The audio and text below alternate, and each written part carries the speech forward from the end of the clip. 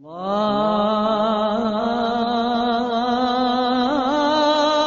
أكبر. بسم الله الرحمن الرحيم نحمده ونصلي على رسوله الكريم أما بعد أعوذ بالله من الشيطان الرجيم بسم الله الرحمن الرحيم. Allah subhanahu wa ta'ala has created this world in such a way that there is this constant clash between good and evil. Wherever you have Ibrahim alayhi salatu wassalam, there will always be Namrud against him. Where you have Musa alayhi salatu wassalam, you have Fir'aun created against him. Where you have Rasulullah sallallahu alaihi wasallam, you have Abu Jahl, Abu Lahab against him.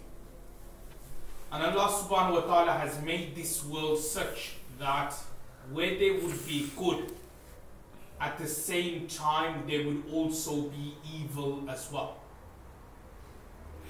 Now there are many ways evil can be propelled against good, in particular before the end of time. There's many ways. But for today's short dars, I want to concentrate on another type of evil, which unfortunately we don't realize. But actually it's an evil which is clashing with the khair and the goodness we do. And that evil, everyone, brothers and sisters watching it online afterwards, that evil is stopping someone from doing a good. Now unfortunately this is one of the signs of Day of Judgment, where people will be doing good. Alhamdulillah, they'll be doing a lot of good. But you will always find lawmata la'im, the criticism of the criticizer, always putting them down regarding what they are doing. So say for example, somebody's doing a good work of deed.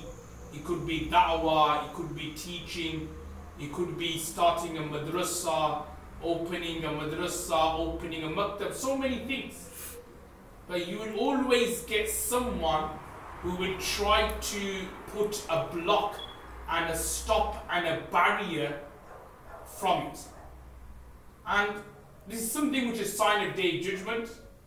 We see this very common in our community, in our society. And to tell the truth, this will something which will continue all the way until the Day of Judgment. It could be like you're teaching, but there will always be somebody criticizing the way you're teaching. It could be that you're giving a talk or a lecture. There'll be somebody criticizing you on that. Even like these short talks, alhamdulillah, which we are doing after the Taraweeh Salah.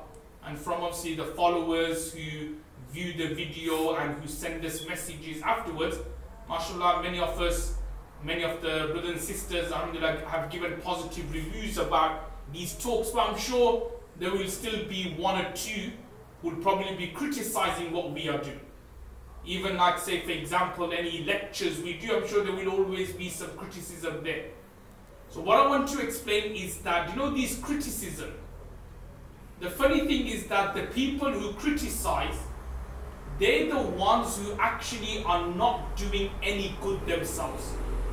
Yeah, fair enough, if they themselves were doing some kind of good, then in an analytical way, they could say that, okay, Mufti Saab, Sheikh, alright, you made a mistake here, you shouldn't do that. It's like, say for example, when it comes to scholarly work, like fatwas, opinions, these things, then sometimes it could be the case that we have to analyze a fatwa.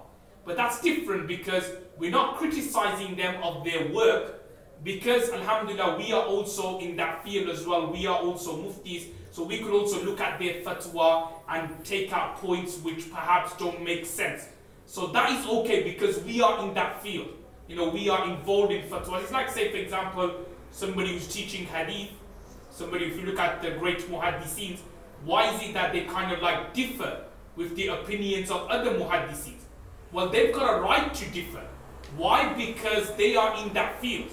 If you look at some of our akabirin, say like Hazrat Shaykh Mullah Muhammad Zakaria rahimahullah, in certain chapters of Bukhari, he probably disagrees with what Hafiz bin Hajar rahimahullah said.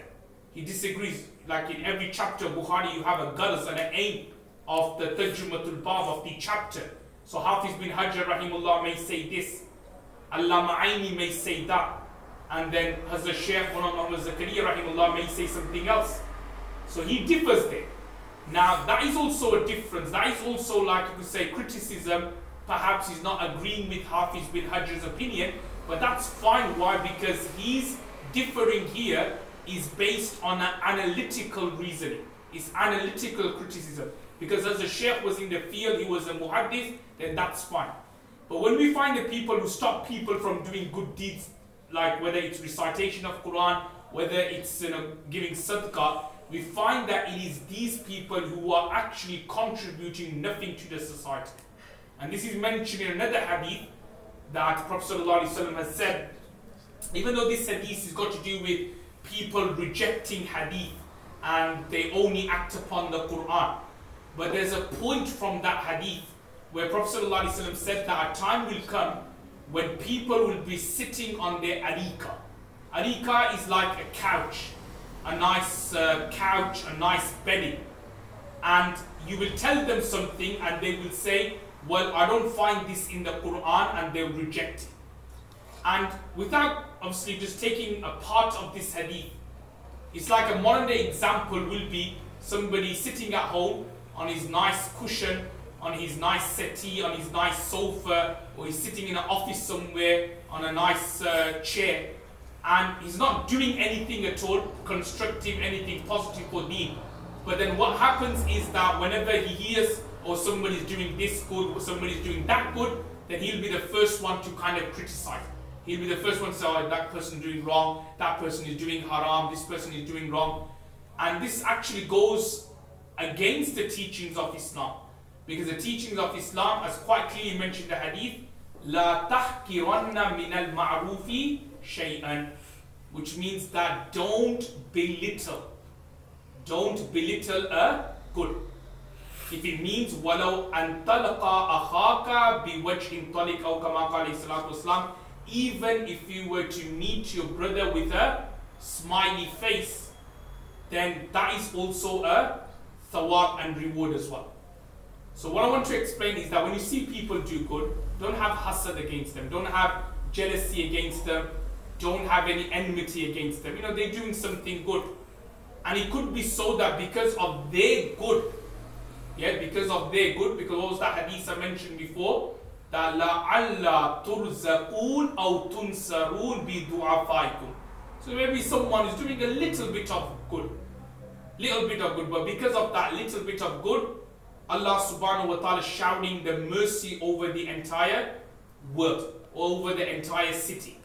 So maybe somebody doing a little bit, it could be that one line he's reading, that one pound he's giving a sadaqah, because that is accepted.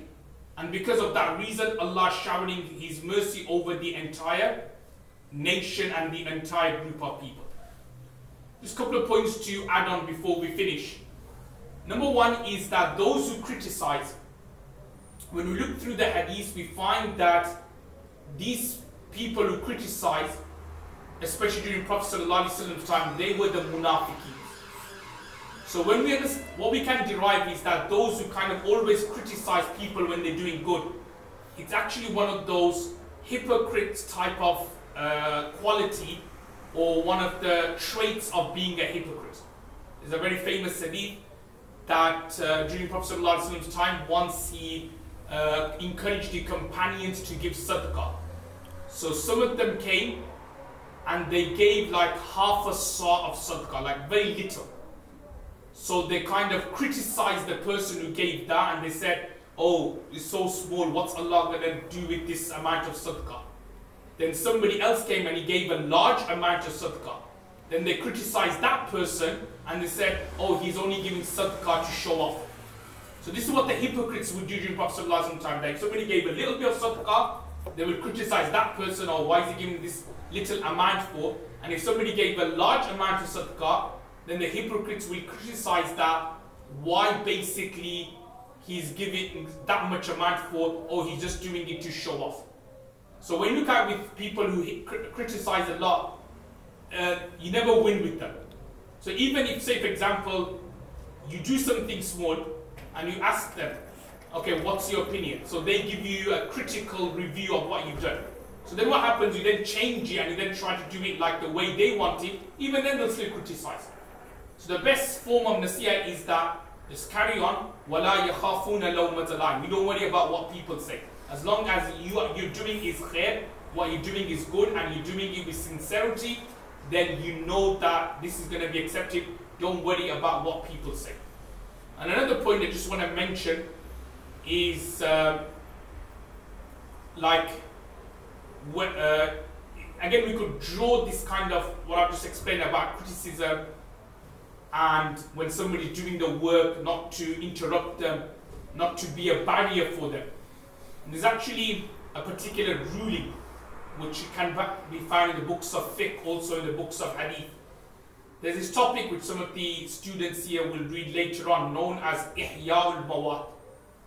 And what happens in Ihya'ul Mawat, everyone, is that if there is a land which is barren, dead, no one's done anything to it, then what happens is that somebody could go to that land, he then resurrects that land. In other words, he starts cultivating the land, things start growing. Then the rule of the Sharia is that the one who went to that land first and cultivated it, that land now belongs to him. And the hadith says, وَلَيْسَ لِإِرْقٍ ظَالِمٍ حَقٌّ. So in other words, afterwards, no one can basically forcefully take that land. So the one who went there first when it was barren, and he dug the land, and he cultivated it, and he did all the hard work at the beginning, then afterwards no one can then take that land from him. And in a way, it's quite similar to good deeds. When somebody does a good deed, and he's actually started something off, then like that zalim who wants to take away your land, when somebody does a good deed, good action, he started something off, but then you forcefully do something where you stop the continuity of that good deed, or you forcefully put barriers there to stop that progressing, then you, like it's mentioned in the hadith here, will be like a zalim as well. So the key thing is that, inshallah, we live in a time when obviously Qiyamah is very, very near. If not, definitely Qiyamatul Sughra is definitely near, and Qiyamatul Sughra, everyone, means our own death is very near. Then, use this opportunity, especially month of Ramadan, to do good deeds. And the key thing is that as long as you're doing haqq, as long as you're doing good, don't worry about what people say. Yeah, let people criticize, let people say what they say.